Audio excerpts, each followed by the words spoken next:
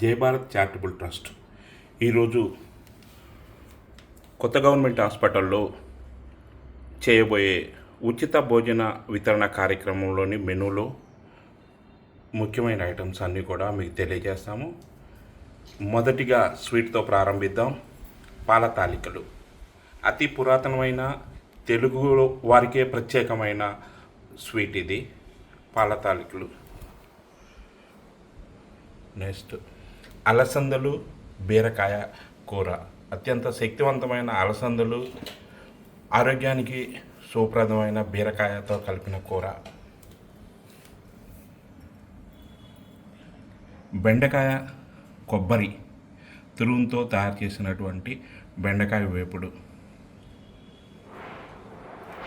South ఇండియాలో మొత్తం విశేష ఆదరణ పొందిన కట్టె పొంగలి ఐడియా ఉంది కదా మీకు.